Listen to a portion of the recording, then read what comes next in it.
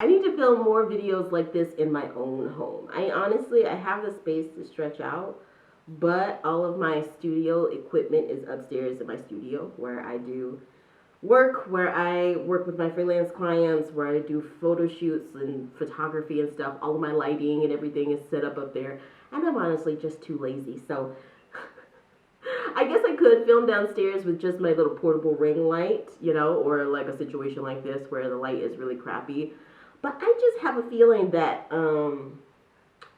YouTube doesn't like the bad lighting photos. I feel like YouTube, not photos. It doesn't like the bad lighting videos. It seems like when you have bad lighting on your videos, it just does weird stuff. Anyway, Sussex Squad, I love you guys so much. And while I'm here on vacation, I basically I want to just say that I feel like what the Sussexes teach us is to really, really emphasize your mental and spiritual health, and to keep coming. And I'm so sorry that it's so dark. Hopefully, maybe in after editing, I can kind of like fix this so it looks a little bit brighter. But from the other senior royals, I think that they're not terrible people, and I really wish that I could see Prince Harry mend his relationship with his family back in the UK. I wish that I could see Meghan Markle mend her relationship with her family back in the US. But I really think that their family members don't understand their mission. One of you guys said something really, really, it kind of blew my mind. You know, that emoji that just has the mind-blowing face, just like, someone said, Coretta Scott King, and Squatty Love, who is this person, you know who you are, and I'm sending you all my love. You said something like, Coretta Scott King and Martin Luther King Jr. knew, that their mission was one that was going to be extremely difficult, but it was like that did not deter them, because they just had to keep on about their way. I just pray all the time, because honestly, those are history's martyrs. History's martyrs like Martin Luther King, like Bob Marley, and some of those people who are still here today, thank goodness, are like Angela Davis, or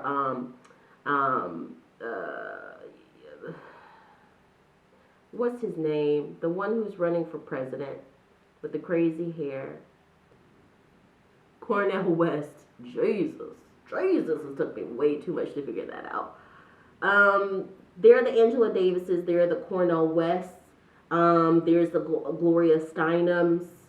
I'm trying to think of all of the ones. There's the Reverend Al Sharpton. Who else? There's the Al Gores. There's the Michael Moores. There's many people, who are those speakers of truth, those seekers of truth, of love, of equality, of finding our brotherhood and our sisterhood, and renouncing this system of ardent capitalism and greed and superiority, to where one group thinks that this is the way that it's been done, and it doesn't matter if people get hurt in this way of us doing it, we got to keep on doing it. There are those people who are still here, who are still shouting those chants, of upliftment of the people, but they all know that their path ahead is not going to be easy, but they still have to do it. They know that they still have to do it. It's rough, and I just hope that the Sussexes, I feel like their family, they don't really understand the path that they're down. Even the same thing where people come on my channel, I'm talking about controversial stuff on my channel, but I'm also just talking about the random stuff that I like. I'm talking about the same stuff I would talk to my friends about, at least the ones who would sit there and listen to me and who are interested in similar stuff that I am.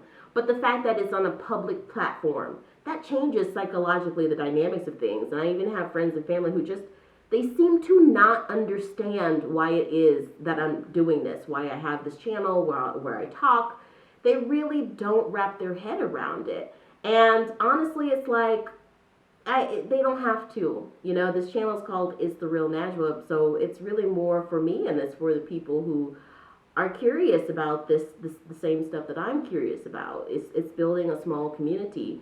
But again, we've come in this day and age where people are thinking of things so logically, so linear, that you really don't understand it. And people don't understand that you can do something not for monetary gain, but because you actually truly believe about that. Think about one of the biggest sources of criticism that Sussex haters send towards them. They all think that they're doing this, you know, the projects that they do for personal gain. They all think it's just about the money. But they cannot wrap their head around the fact that it's something bigger than that, you know? And I think jealousy really just comes into play with that. You know, when you think about those people that I named earlier, the Cornel Wests, the Gloria Steinems, the Michael Moores, some people would look at what they're doing and they see they're really successful, and you see that they've grown a platform. And some people, I'm pretty sure, even though these are older individuals and the Sussexes are fairly young, I'm pretty sure that those people had people along the way who just were like, why are you doing this? What are you doing? I mean, it's like they don't understand that the paycheck is a bonus. You know, the paycheck is not the goal. The paycheck is just a nice little bonus for your hard work that you put in. But helping people is the goal. That is the reward. And I just think that some people don't really understand that. And so when it comes to the other senior royals, I feel like Prince William, Kate Middleton, Queen Camilla, King Charles, I feel like they've looked at the Sussexes and they don't understand that part. Like, what you accomplish is the gift. And I'm not saying that they don't accomplish things too, but it's just in a different way. You know, it's in a way that's much more in line with the monarchy's traditions, you know. But who says that that's really going to forge the change that we need in 2023? I just wanted to say that before we kind of took a look at this. So, just a warning that the light has slightly changed. I'm sorry if I do this, kind of. No? Alright, what else? I'm trying my best here, guys. So this is an article from People. It's called Kate Middleton Played Key Role in Palace's Response to Meghan Markle's Oprah Interview, new book says. It's by staff writer, and it was published on July 1st, 2023. It says Kate Middleton advocated for the quote-unquote some regulations may vary, quote, end, line, to be included in Buckingham Palace's official response to Prince Harry and Meghan Markle's 2021 Oprah interview claims, according to a new book. So I just have to say, like, I feel like what happens is, literally when it's public, when something that is intimate and what would usually sort of evoke a response of compassion and care and sympathy and empathy, when it becomes public, like, that's when the element of jealousy, of fear of like, you know, tradition, fear of what people will think, that's when it comes into play. And I want to use the example of Princess Diana's interview with Dateline or 60 Minutes or whatever it was, you know, when she really spilled all the beans. It was like the royal family gave this punitive, Heather Dubrow's favorite word, there's this punitive nature of their response to Diana basically doing what, if she was just a normal divorcee who had went through some really, really hard stuff, and she was sitting across from you telling you what she went through and how she wants to use that to help other people like her, you would have compassion, you'd be like, oh, that's great. But because there was this public and this hyper-public element when it comes to the royals, there was less compassion for it. And I feel like the Oprah interview was the same thing for Prince Harry and Meghan Markle. If someone had went and sat and told you about all of this stuff, sat and told you about all of this hard difficulty, struggles that they went through, you would want to be there for them. You would want to have the compassion for them, and you would want to give them a helping hand. But when you add this public element to it, it makes it difficult. And I really, really understand that, because this channel, I talk about stuff that can be controversial. But if I talked about this stuff that can be controversial against across from my friends and family at a restaurant, say for example, or in my living room, or in their living room, or just sitting out on the deck looking at birds or something, like it's a different element of when there's public people involved. And so I've had family who basically are just like, oh, so you're doing this channel just to make money, right? And it's like, you can be passionate about something and it not be about the money. The money is a bonus. It's much more about the fact that, like, I'm doing something that's good for me, and I'm doing something that's good for people around me. When did we become so spineless that that's the case? And, as far as the other senior royals, I just feel like they don't understand that. They really don't understand that this is something that's bigger than Prince Harry and Meghan Markle. So the article goes on to say, after the Duke and Duchess of Sussex alleged during their March 2021 Oprah interview that there were concerns and conversations about how dark their son Archie's skin might be when he's born, the palace released a 61-word statement in response. The statement pointedly noted that some recollections may vary regarding what was discussed in the interview, and now a new edition of Courtiers, The Hidden Power Behind the Crown, by Valentine Lowe, claims that the Princess of Wales played a key role in pushing said phrase, according to an excerpt shared by the Times. This is juicy. Now listen to this. It says Lowe quotes a source who claimed that the palace's response initially had a much wilder version of the recollections sentence. The debate was, do you rise entirely above it and offer the olive branch of Harry and Meghan being much-loved members of the family, and Harry and Meghan is in brackets, or is there some moment when you have to intervene and offer a view, the source shared with Lowe, adding that Kate and Prince William wanted it toughened up. They were both they both of one mind that they were both of one mind that they needed something that said that the institution did not accept a lot of what had been said. So pausing right there. There you have it, It's like, I feel like if the institution wasn't an institution, and this was just a family, it would be a little bit of a different dynamic. But since it is an institution, this adds this other layer to it that's really, really unfortunate. It sucks the compassion out of it. But at the same time, this is dealing with stuff that people are dealing with, not just on a monarchy level, but all across the world, on all socioeconomic statuses, race, gender, ideology, And so that is why it is so important.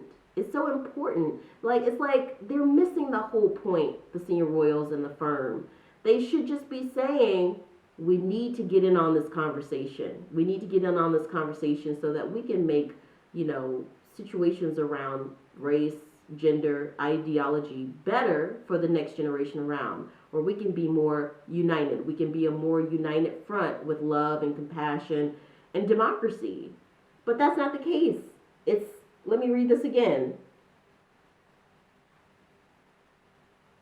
They were both of one mind that they needed something that said that the institution did not accept a lot of what had been said. Do you hear anything in that says we need to get in on this conversation around race and gender and ideology so that things are better for the next generation? No, it's more just like toxic defensiveness. So it goes on to say, another source told the author that Kate insisted the phrase remain in the palace's response. It was Kate who clearly made that point.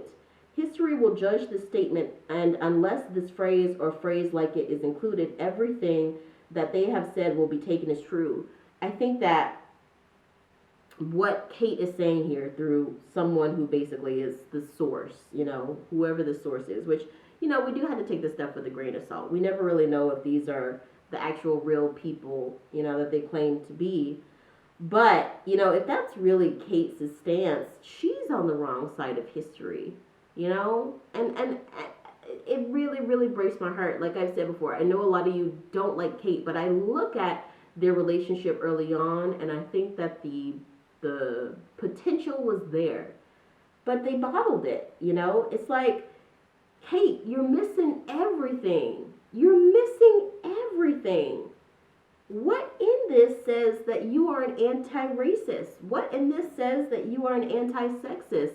What in this says that you want people of all socioeconomic demographics, ideologies, backgrounds to come together in a peaceful way, one that uplifts brotherhood and sisterhood and democracy and community? Nothing about this. I guess they just, you know what? Let me not say what I'm thinking. So it says, the source continued, she does not get as much credit as she should because she is so subtle about it. She is playing the long game. She has always got her eye on, this is my life and historic path, and I'm going to be queen one day.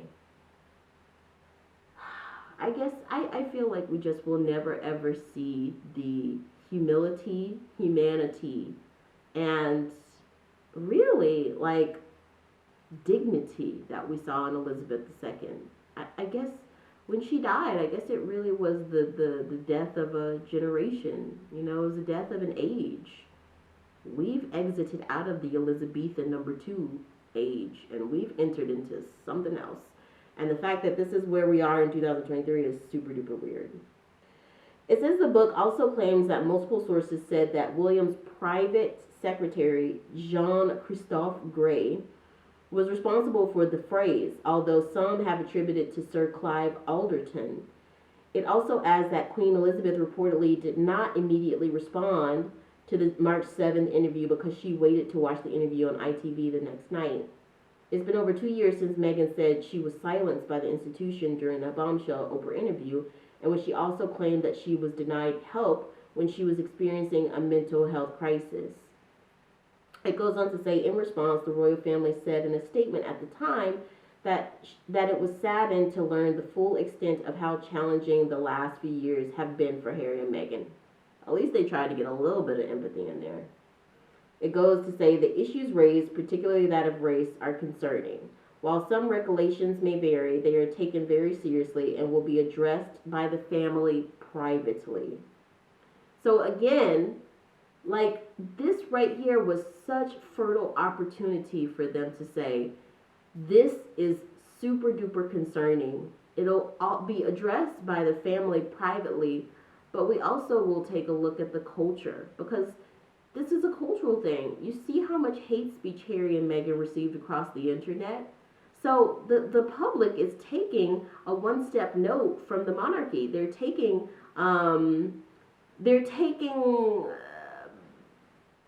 notes on how to proceed forward by the way that the monarchy reacts. And clearly the way that the monarchy reacts is to keep sweeping stuff under the rug.